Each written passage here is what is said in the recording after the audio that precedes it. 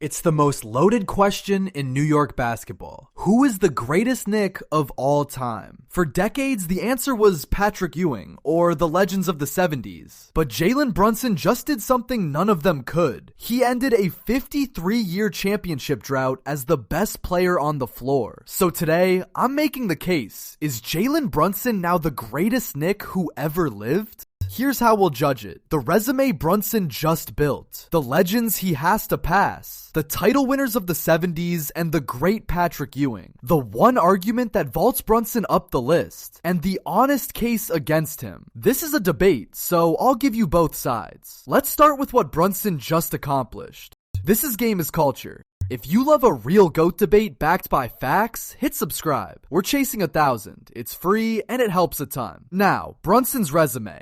What Brunson just did. Start with the peak. An all-NBA season at nearly 29 points a game. The leading scorer of these entire playoffs. A finals where he averaged 33 a night and dropped 45 to clinch the title. And finals MVP. In a 4-year stretch, Brunson went from a second-round afterthought to the best player on a championship team. That's a Hall of Fame level run.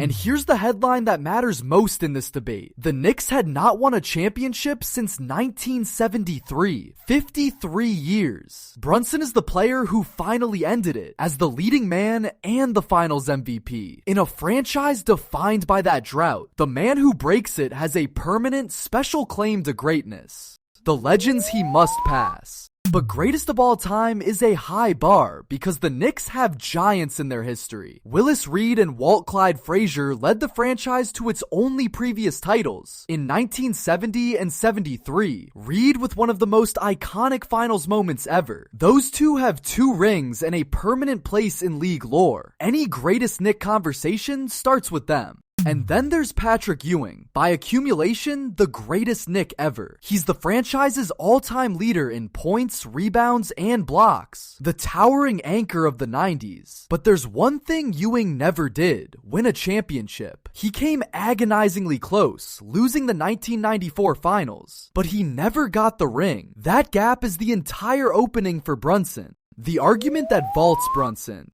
Here's the case, and it's clean. The single hardest, most valuable thing a franchise player can do is be the best player on a championship team. Frazier and Reed did it in a different, smaller era. Ewing, for all his greatness and longevity, never did it at all. Brunson just did it in the modern NBA against an elite opponent while carrying the offense. He has the one trophy the greatest Knick by the numbers never won.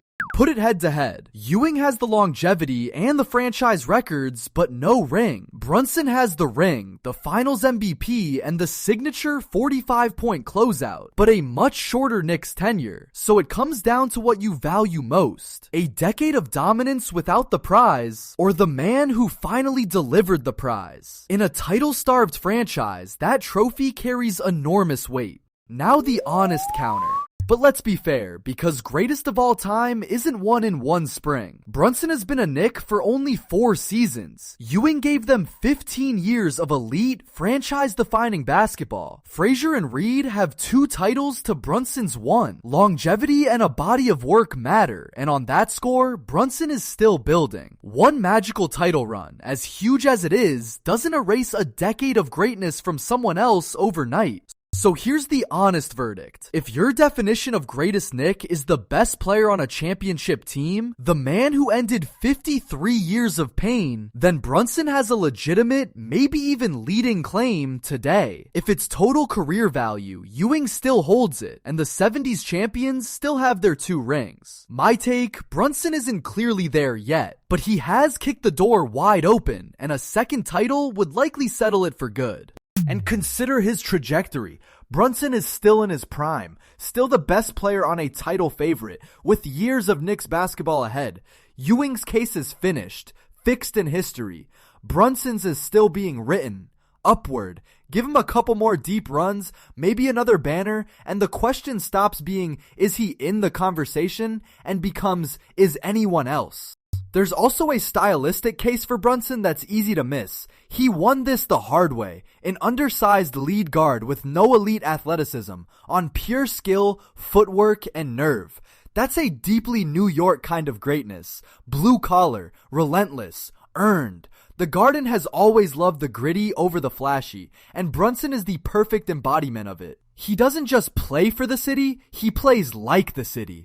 And the timing amplifies all of it. Ewing's banner years and the 70s titles are black and white memories for most fans alive today.